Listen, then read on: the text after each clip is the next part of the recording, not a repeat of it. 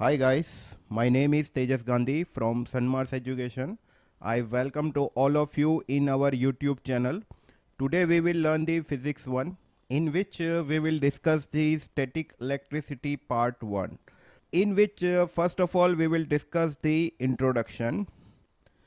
जैसे पता है कि इलेक्ट्रिसिटी में दो तरह का सोर्सेस होता है, AC source and DC source, और इनमें भी कुछ डायनेमिक सोर्सेस होते हैं, कुछ स्टैटिक सोर्सेस होते हैं।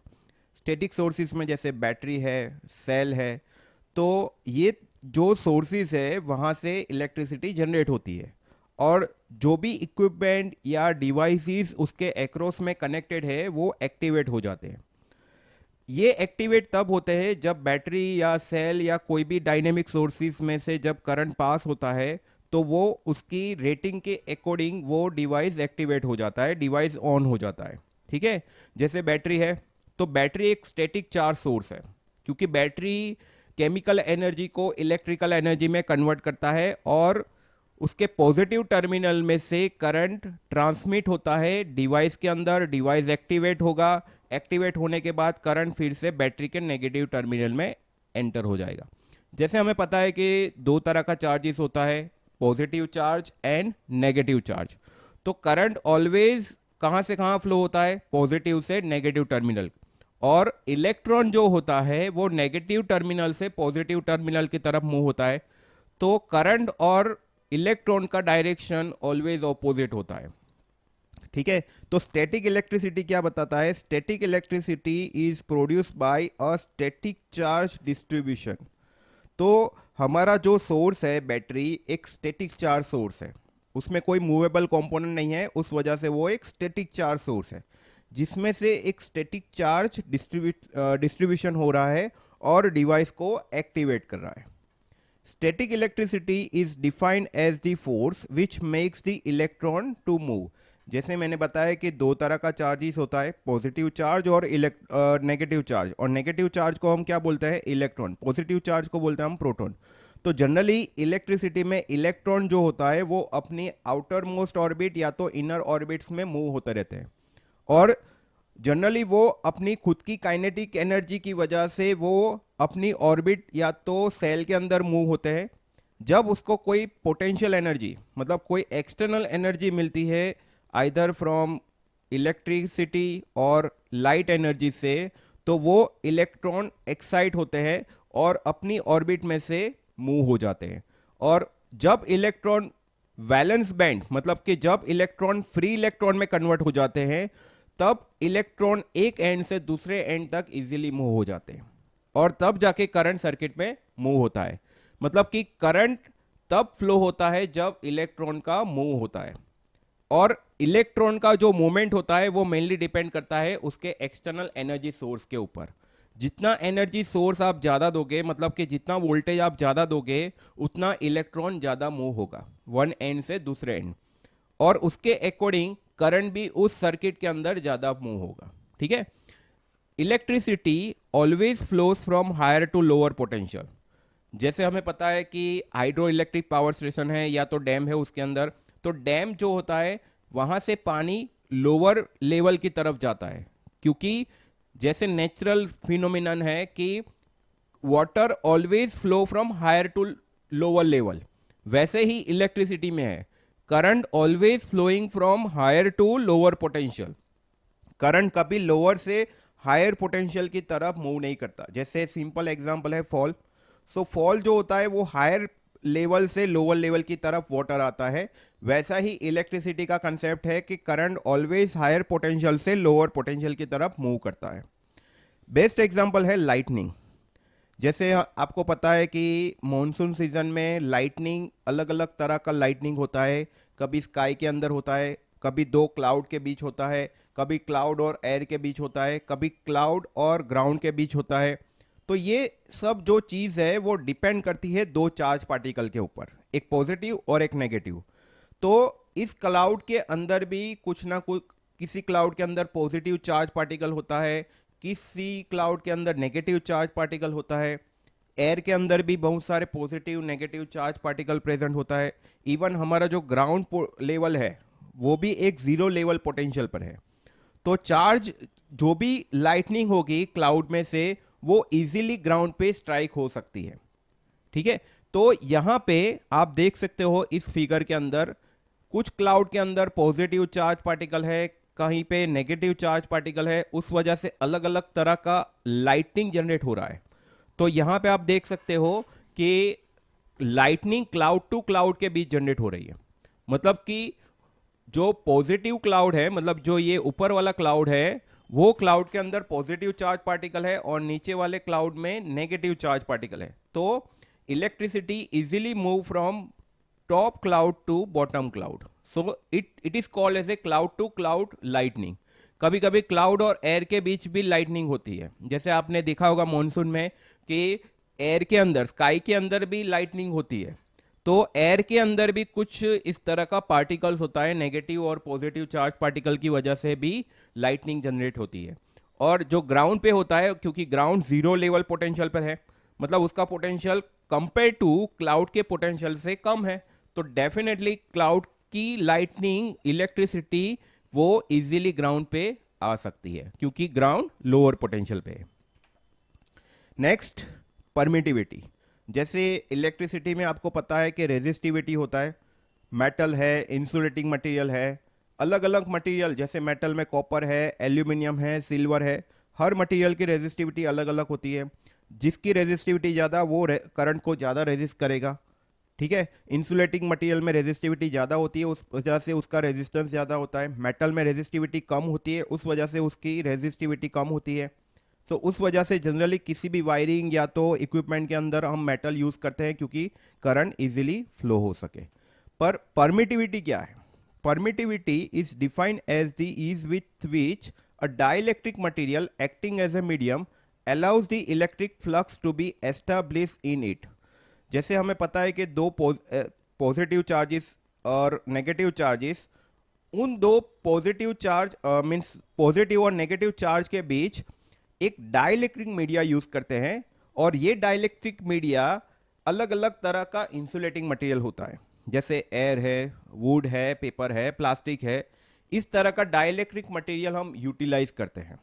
अगर हम मेटल यूज करेंगे तो वो कंप्लीटली डिस्ट्रॉयड हो जाएगा। तो वो डिस्ट्रॉयड ना हो तो पॉजिटिव चार्ज और नेगेटिव चार्ज के बीच हम यूज करते हैं डाइलेक्ट्रिक मटेरियल, और उस डाइलेक्ट्रिक मटेरियल की, हर डाइलेक्ट्रिक मटेरियल की अलग अलग परमिटिविटी होती है। जैसे ग्लास की 10 है, पोर्सलिन की 20 है। तो हर डाइलेक्ट्रिक मतलब कि इंसुलेटिंग मटेरियल की अलग अलग परमिटिविटी होती है, और इसका पर्पस क्या है? allows the electric flux to be produced और establishment in it। जैसे करंट फ्लो होता है वैसे इलेक्ट्रिक फ्लक्स प्रोड्यूस होता है। कहां पे प्रोड्यूस होता है? पॉजिटिव और नेगेटिव चार्ज के बीच।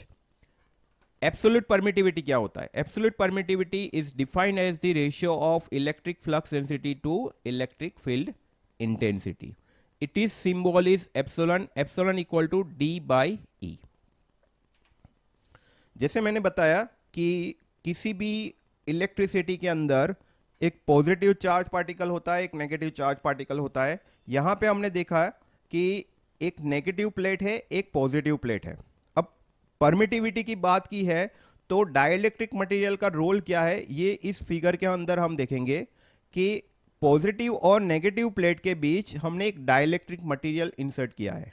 ठीक है, अब इस प्लेट को, इन दो प्लेट को हमने कोई भी एक्सटर्नल सोर्स नहीं दिया है, मतलब कोई भी इलेक्ट्रिकल एनर्जी नहीं दिया है। तो यहां पे आप देख सकते हो नेगेटिव प्लेट पे बहुत सारे इलेक्ट्रॉन एक्यूमुलेट हुए हैं, और पॉजिटिव प्लेट पे बहुत सारे पॉजिटिव आयन एक्यूमुलेट हुए हैं। और जो डाइलेक्ट्रिक मटेरियल हमने इन दोनों के बीच यूज किया है, तो इसके अंदर भी कुछ ना कुछ पॉजिटिव आयंस और नेगेटिव आयंस है, और वो पॉजिटिव और नेगेटिव आयंस वो रैंडम डायरेक्शन में मूव हो रहे हैं। ठीक है, तो उसका जो नेट फोर्स होगा, ये सारे जो भी पॉजिटिव और नेगेटिव आयंस है, उसका जो नेट फोर्स होगा वो जीरो होगा। ये जीरो तब होगा कि जब आप कोई एक्सटर्नल सोर्स नहीं दे रहे हो।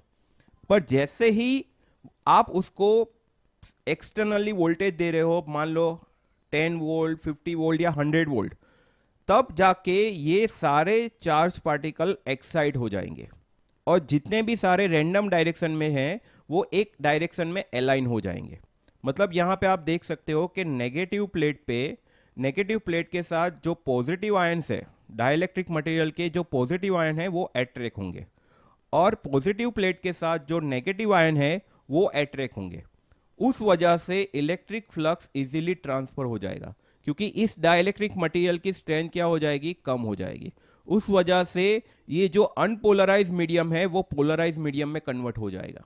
ठीक है, क्योंकि नेगेटिव आयन के साथ पॉजिटिव आयन अट्रैक्ट हो रहा है, और नेगेटिव आयन जो डाइलेक्ट्रिक मीडियम है वो पॉजिटिव प्लेट के साथ अट्रैक्ट हो रहा है। इस वजह से इलेक्ट्रिक फ्लक्स इजीली प्रोड्यूस हो जाता है, और इस वजह से सर्किट के अंदर करंट भी फ्लो होता है। Permittivity of free space is defined as the ratio of electric flux density in air or vacuum to the corresponding electric field intensity. Generally अगर हम डाइलेक्ट्रिक मीडिया एयर यूज करते हैं तो उसकी परमिटिविटी एयर की और वैक्यूम की 1 होती है, जो बाकी सब डाइलेक्ट्रिक मीडिया से कम है। It is also called as a electric space constant and it is denoted by epsilon 0 measure in farad per metre. तो उसका यूनिट होता है फैराड पर मीटर, उसको डिनोट करते हैं हम एप्सिलॉन 0 से, और इसको हम परमिटिविटी ऑफ फ्री स्पेस को इलेक्ट्रिक स्पेस कांस्टेंट भी बोलते हैं। और किसी भी डाइलेक्ट्रिक मटेरियल के लिए इसकी वैल्यू कांस्टेंट है 8.854 इंटू 10⁻12 फैराड पर मीटर। तो एप्सिलॉन 0 क्या होता है, electric flux density upon electric field intensity. Relative permittivity, हर मटेरियल, चाहे आप glass, porcelain, electrolyte, ceramic, wood, mica, कोई भी मटेरियल आप यूज कर लो, हर मटेरियल की रिलेटिव परमिटिविटी अलग अलग होती है, और इसको भी हम डिफाइन करते हैं electric flux density in dielectric medium to the produce in a vacuum और स्प्रे और a free space. So epsilon r equal to होगा d/d0। जब हम इक्वेशन 1 और 2 को इक्वेशन 3 में सब्सटीट्यूट करेंगे, जैसे हमने इक्वेशन 1 में देखा कि इक्वेशन 1 क्या था हमारा, एप्सिलॉन इक्वल टू d/, तो इक्वेशन 2 क्या है, इक्वेशन 1 और 2 को हमने इक्वेशन 3 के अंदर सब्सटीट्यूट किया, तो हमें फाइनली ये मिला epsilon r equal to epsilon upon epsilon 0 होता है। मतलब एप्सिलॉन एक हमारा परमिटिविटी है, और उसके दो कंपोनेंट है, एक एप्सिलॉन 0 एक epsilon r. Epsilon 0 permittivity of free space है, एप्सिलॉन आर एक रिलेटिव परमिटिविटी है। तो एप्सिलॉन आर परमिटिविटी जो रिलेटिव परमिटिविटी है वो मटेरियल के हिसाब से चेंज होती है, और एप्सिलॉन 0 की वैल्यू कांस्टेंट होती है। Next, Coulomb's first law.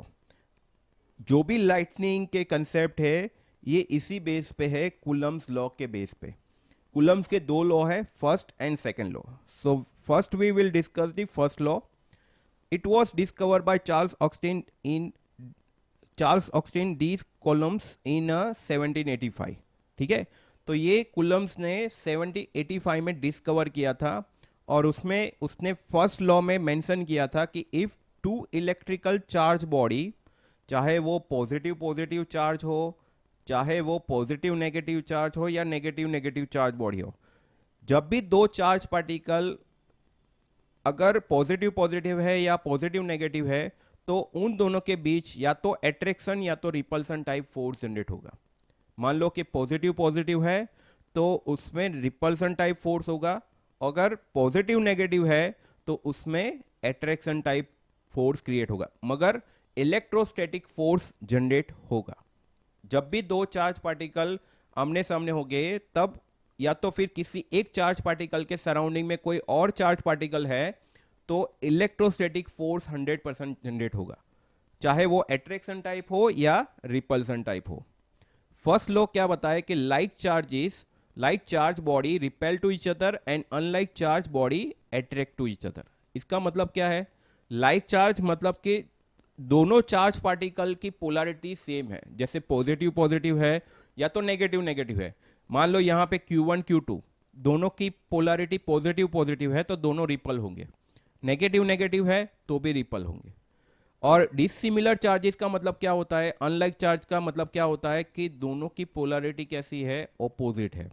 मतलब मान लो Q1 की पॉजिटिव है और Q2 की नेगेटिव है, तो दोनों के बीच अट्रैक्शन टाइप फील्ड जनरेट होगा। सेकेंड लॉ क्या है, सेकेंड लॉ, जो भी फोर्स जनरेट होगा is directly proportional to the magnitude of their charges. मतलब उसकी पोटेंशियल क्या है, उसकी स्ट्रेंथ क्या है।